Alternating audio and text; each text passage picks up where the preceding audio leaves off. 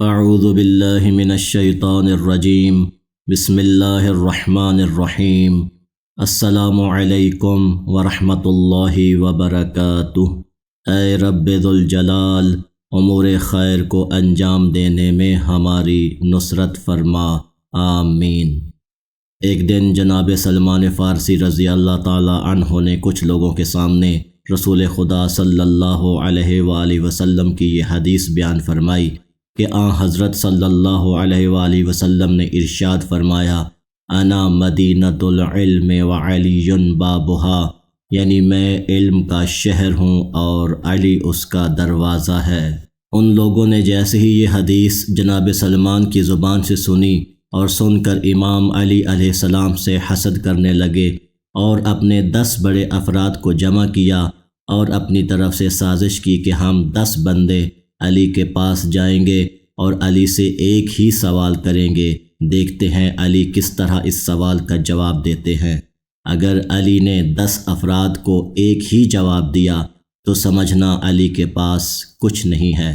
ان سوالوں کے جواب کی تفصیل جاننے کے لیے محترم ناظرین سے گزارش ہے ہماری ویڈیو آخر تک آن لائن ملاحظہ فرمائیں، اور اگر آپ نے ہمارے چینل دی نالج آف اسلام کو ابھی تک سبسکرائب نہیں کیا تو سبسکرائب کا بٹن دبانے کے ساتھ بیل آئیکن کو پریس کرنا نہ بھولیں تاکہ ہماری لیٹسٹ ویڈیوز بلا تاخیر آپ تک پہنچ سکیں، اور یقیناً ایسا کرنا ہمیں قرآن کی اس آیت کریمہ کا مصداق بنا دیتا ہے۔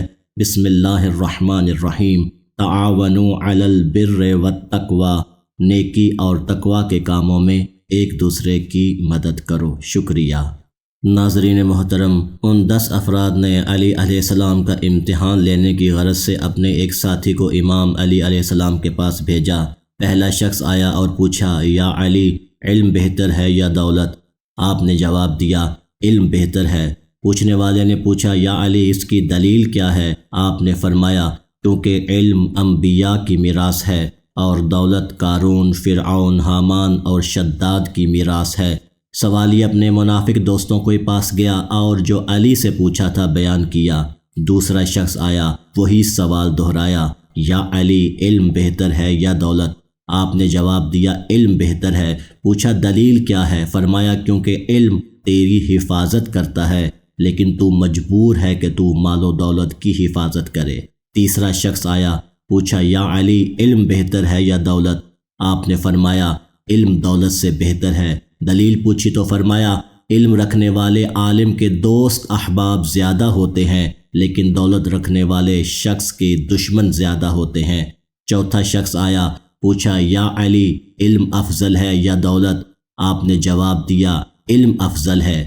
دلیل پوچھی تو جواب ملا، اگر مال و دولت کو خرچ کرو گے تو کم ہو جائے گا، لیکن اگر علم دوسروں کو دو گے یعنی سکھاؤ گے تو تمہارے علم میں اضافہ ہوگا۔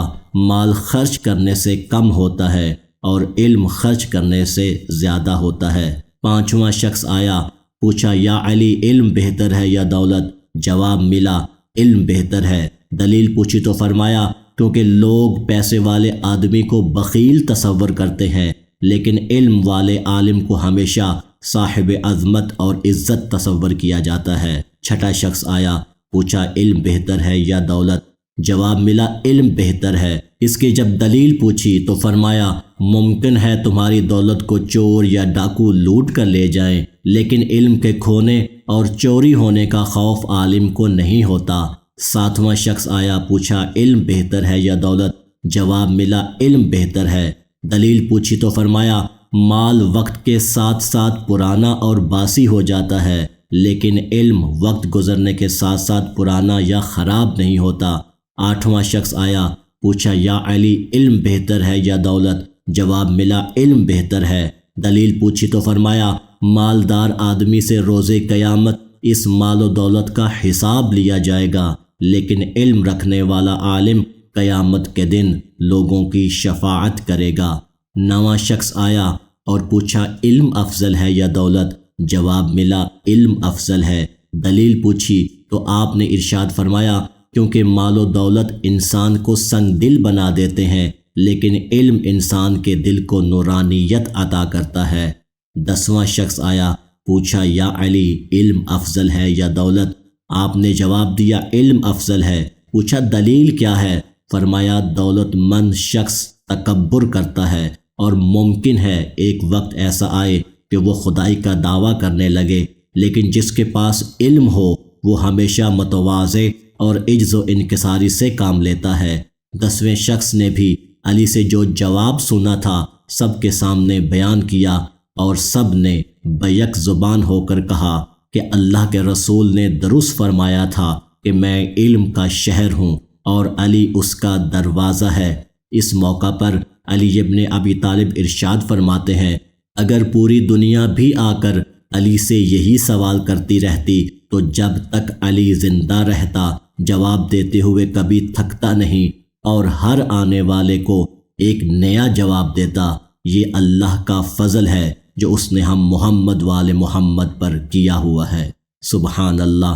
خداوند متعال سے دعا گو ہیں کہ خداوند متعال ہمیں محمد و آل محمد علیہم الصلاۃ والسلام کی پیروی اور اطاعت کرنے کی توفیق عطا فرما۔ آمین۔